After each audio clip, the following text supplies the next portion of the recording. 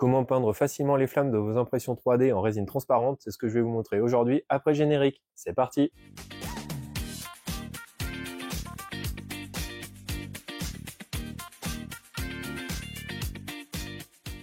Bonjour à tous et bienvenue sur Origo World 3D. Aujourd'hui, je vais vous montrer comment j'ai fait pour peindre les flammes de ce modèle de Ace qui est imprimé en résine transparente. La Blue Clear V2 en l'occurrence de chez Siraya Tech. Vous verrez au final que le process n'est pas très compliqué. C'est juste que de mon côté, j'ai loupé les deux premiers essais que j'avais sur des pièces supplémentaires. Donc c'était pas si évident finalement et je me suis dit autant vous montrer la technique que j'ai utilisée pour arriver à ce résultat de flamme là en particulier. Alors comme vous le savez, et je le reprécise, je suis pas peintre, je fais que quelques modèles de temps en temps et j'apprends encore énormément au niveau de la peinture. Donc vous verrez sûrement d'autres techniques, c'est ça que je veux dire, donc n'hésitez pas à aller voir aussi en fonction de l'effet qui vous intéresse le plus pour vos peintures. Concernant le matériel, donc je vais vous montrer exclusivement ce que j'ai fait avec un aérographe. Je parlerai pas du tout de techniques qui pourraient exister au pinceau tout simplement parce que je ne les connais pas. Donc vous aurez forcément besoin des encres d'intensité, on va dire rouge, jaune et noir principalement pour faire les nuances de flamme.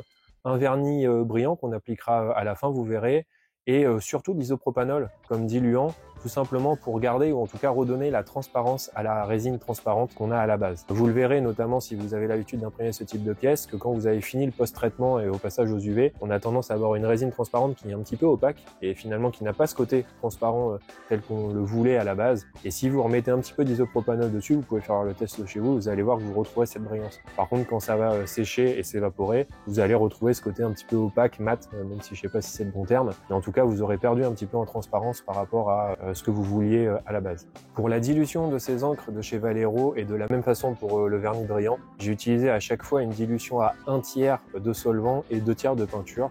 Ici en l'occurrence 5 gouttes d'isopropanol pour 10 gouttes de peinture. J'ai mis à chaque fois l'isopropanol en premier, vous avez l'habitude pour le diluant, et ensuite la peinture. J'ai tout simplement mélangé avec un vieux pinceau et je vous montre tout de suite ce que ça donne. Un seul commentaire avant de commencer la peinture. Il est essentiel pour vous de vérifier l'orientation des flammes sur le modèle et comment elles sont disposées pour donner le meilleur effet possible.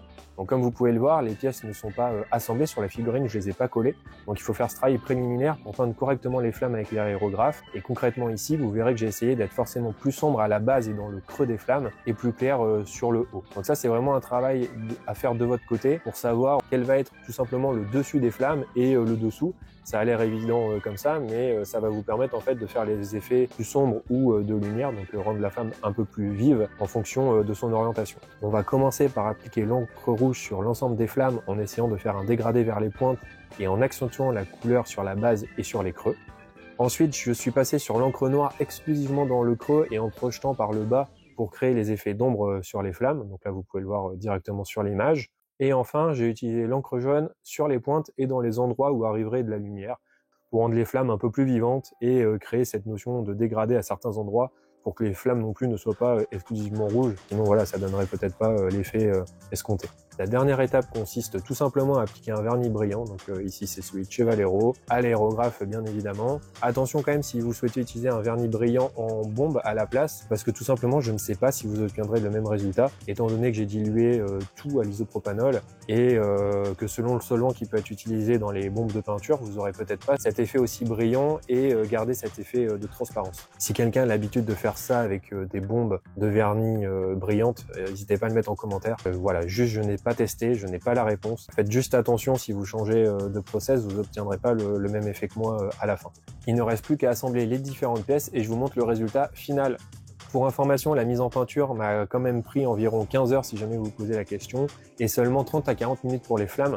Donc c'est une méthode qui va être assez rapide, sachant que de mon côté en plus je me suis filmé, donc j'ai réorienté les caméras pour que vous puissiez avoir un angle correct, en tout cas du mieux possible. Je vous laisse avec le résultat final de cette mise en peinture, j'espère que cela vous plaira. N'hésitez pas à poser vos questions en commentaire comme d'habitude ou à partager tout simplement votre expérience si vous avez d'autres techniques et des choses peut-être plus simples pour peindre les flammes. Merci d'avoir suivi la vidéo jusqu'au bout, je vous laisse avec d'autres idées de vidéos sur la chaîne et moi je vous dis à la prochaine. Allez, salut!